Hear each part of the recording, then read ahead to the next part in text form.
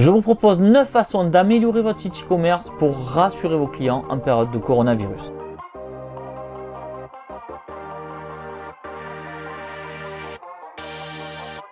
Salut, c'est Serge de Passion e-commerce. Je voulais moi aussi apporter ma pierre à l'édifice. Moi aussi, je voulais vous donner un petit coup de main en cette période de bienveillance commune. Je vois bien qu'il y a tout le monde qui a envie de bien faire. Et je me suis dit, allez, moi aussi, je vais m'y mettre. Donc, je vais vous donner 10 méthodes pour améliorer votre site, rassurer vos clients. Ça va être du visuel, mais vous verrez, il n'y a pas que ça. Et surtout, c'est gratuit. Il n'y a pas besoin de s'inscrire. Ça va être directement dans cette vidéo. Et voilà, c'est ma façon de faire. J'ai vu quelques marketeurs qui offraient des formations, j'ai vu d'autres qui faisaient des grosses promotions sur leurs formations. Moi, pendant cette période, j'avais pas envie de mettre en avant les outils marketing pour faire du chiffre d'affaires. Moi, ce que je voulais, c'est être bienveillant, comme l'a fait Canal+, comme l'ont fait plusieurs sociétés françaises. Et puis voilà. On attaque directement avec le premier astuce qui est pour moi est bateau mais qui est tellement important, c'est la bannière sur le site e-commerce. Moi, il y a un truc qui m'a choqué en début de pandémie, c'est que je suis allé voir les gros sites. Le soir où Macron a parlé, le premier soir, je suis allé voir Cdiscount, je suis allé voir Amazon, je suis allé voir Rue du Commerce, Rakuten, tous les autres. Il n'y a personne qui communiquait autour de ça et ça me gênait. Alors dans la bannière que vous allez mettre, la bannière informative, faut quand même rester dans le marketing, dans le commerce. En général, on évite un maximum de mettre du négatif quand on essaye de vendre de la marchandise parce que ça peut être un frein à la vente. Par exemple, eBay a choisi de prendre le terme Covid-19. Je vais vous montrer le visuel à l'écran et vous verrez, ça fait peur. On arrive sur le site, on ne sait pas trop, il y a dû en savoir plus. Moi, clairement, ça me freine. Vous verrez ensuite qu'ils ont fait quelque chose de bien, mais là, si on arrive sur eBay, on voit ce Covid-19, c'est un frein à la vente. Alors certes, ça rassure les gens, mais c'est un frein à la vente. Donc moi, je vous encourage plutôt à parler de confinement. Moi, c'est ce que j'ai fait, confinement ou suite aux événements. Il y a beaucoup de sociétés qui ont employé ce terme suite aux événements. Voilà, c'est quand même flou, c'est pas négatif et c'est voilà, les gens comprennent. Donc dans cette bannière, qu'est-ce qu'il faut dire? Il faut mettre les avantages que vous avez encore pendant cette période-là, ce qu'on va voir après. Mais déjà, afficher le fait de dire, regardez, mon site est actualisé. Sur mon site, quand vous venez, je parle de ce qui se passe actuellement. Vous n'êtes pas sur un site qui est laissé à l'abandon et ça rassure le client. D'une, ça le rassure. De deux, ça vous évitera beaucoup de questions. Je vous rassure, on a quand même des questions, même avec un bandeau, mais ça lèvera beaucoup de doutes aux internautes. Un point très important avec cette bannière, il faut qu'elle soit lisible sur mobile aussi. Si vous faites un petit visuel en haut, c'est ce qui se fait le plus, vous savez, c'est le bandeau en haut en long. Si vous le faites en image, le texte, il va être tout petit sur mobile, ça ne marchera pas. Essayez un maximum de le rendre visible sur mobile parce que, je vous le répète, le mobile prend le pas sur les ordinateurs. 60% de trafic mobile et 40% de trafic sur ordinateur pour ma part. Et les tablettes, c'est assez dérisoire. Mais voilà, j'ai arrondi les statistiques pour que vous compreniez. Il y a plus de visiteurs mobiles que d'ordinateurs. Donc, quand vous faites le job, pensez d'abord mobile et après vous adaptez en fonction de l'ordinateur. Attention quand même, ne me faites pas dire ce que j'ai pas dit, l'ordinateur reste très important car c'est avec l'ordinateur que vous générez des ventes. Mais l'internaute arrive d'abord par mobile et après il finalise sa commande par ordinateur. Deuxième point, j'imagine que vous êtes comme tout le monde, si vous avez un site e-commerce en général on propose ou du Chronopost, du Colissimo, enfin de la Poste, ou du Mondial Relais, du colis Relais, etc. À savoir que là, en période de confinement, les magasins sont fermés. Donc si vous proposez encore Mondial Relais, c'est n'importe quoi. Donc sur cette bannière qu'on vient de voir dans le point 1, indiquez cela, vous ne livrez plus en relais ou vous livrez exclusivement avec la Poste. Clairement, ça veut dire quoi? Ça veut dire qu'aux clients, regardez, on ne vous prend pas pour des truffes. On actualise notre site, on est actualisé et en plus de ça, on a supprimé le transporteur Mondial Relais. Si vous avez un PrestaShop, il suffit juste de décocher la case. J'imagine que si vous avez d'autres solutions, c'est aussi faisable, mais pensez vraiment à enlever le Mondial Relais. Ça ne sert strictement à rien de faire partir des colis qui se perdent dans la nature. Ça va être hyper long en SAV et le client va être déçu. Troisième point, hyper important, rallonger les délais de retour. Alors ça paraît tellement évident, mais indiquez-le. La bannière est faite pour ça. Vous indiquez, vous rallongez. Alors soit vous rallongez de 2 mois, soit vous rallongez de 3 mois. C'est à vous de voir. Commercialement, c'est vous qui gérez le truc.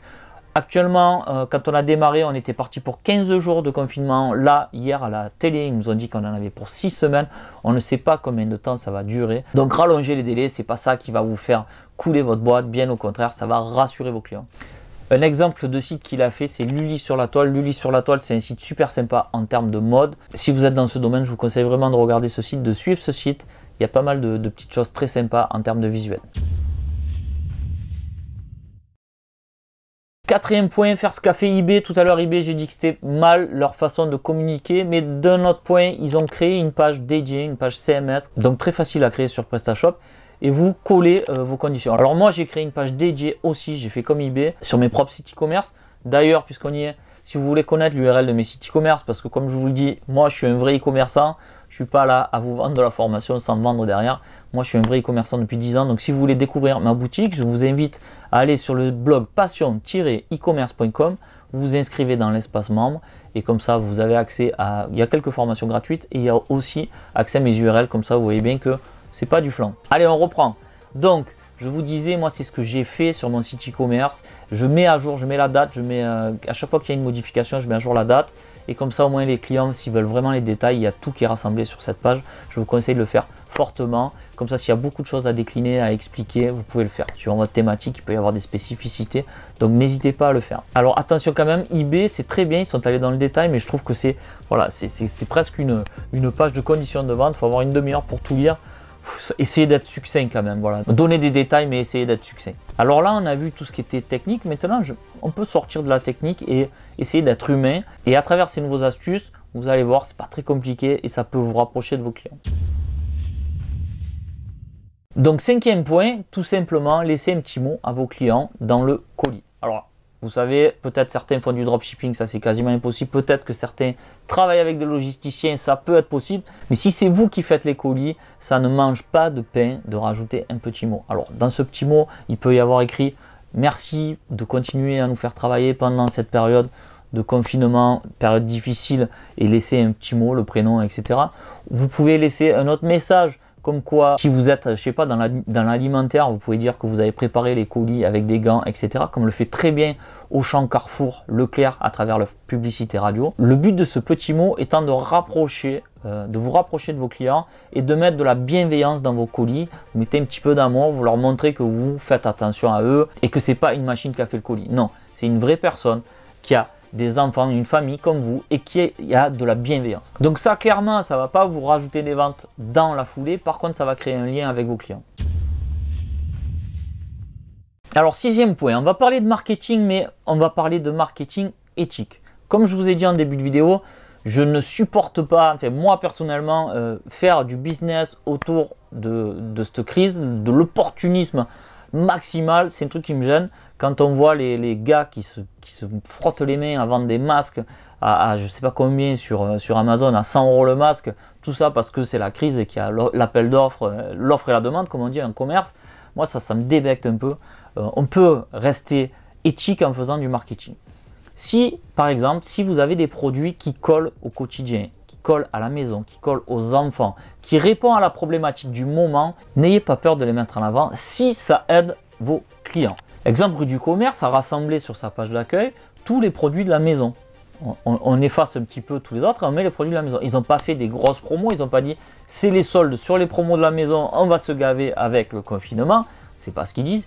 Ils vous rassemblent leurs produits. Ça peut être éthique. Si vous êtes dans une thématique qui est d'utilité publique, donnez des conseils à travers votre page d'accueil, créez des pages dédiées.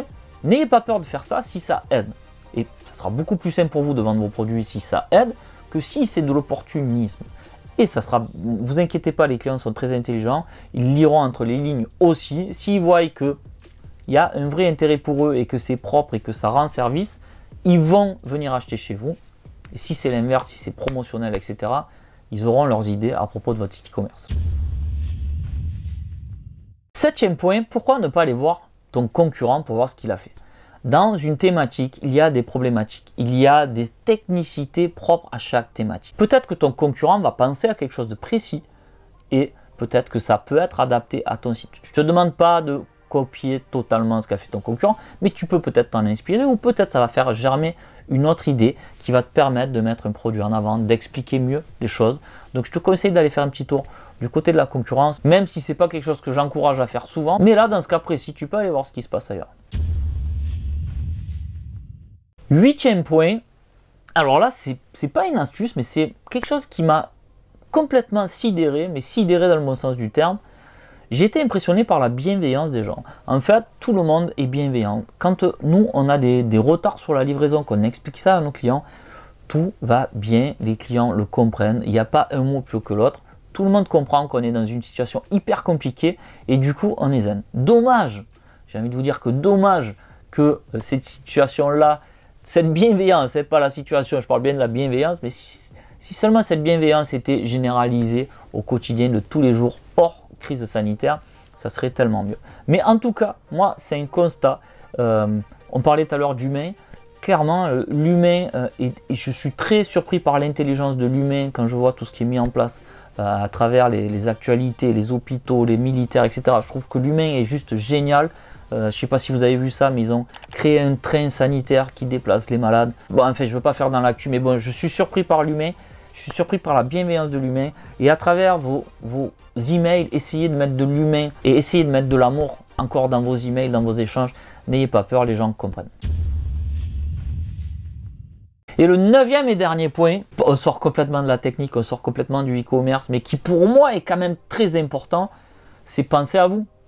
Mais oui, pensez à vous. C'est bien beau de faire du e-commerce, c'est bien beau de faire tout ça, mais pensez à vous. Essayez d'alléger vos journées, essayez de faire du chiffre, essayez de sauver votre boîte parce qu'actuellement c'est dur, il y a une baisse de chiffre d'affaires, etc. Je suis d'accord, mais pensez à vous, pensez à votre famille, peut-être que votre compagne, votre compagnon, ne travaille pas et s'occupe des enfants. Et vous, peut-être que vous essayez de sauver votre boîte, essayez d'améliorer vos chiffres, mais pensez à vous aussi. Peut-être que dans votre foyer, on a besoin de votre soutien. Peut-être que vos enfants ont besoin de vous. Et peut-être que vous avez aussi besoin de relâcher parce que l'air de rien, on est encore des personnes qui travaillent. On est des privilégiés en e-commerce, on peut encore travailler.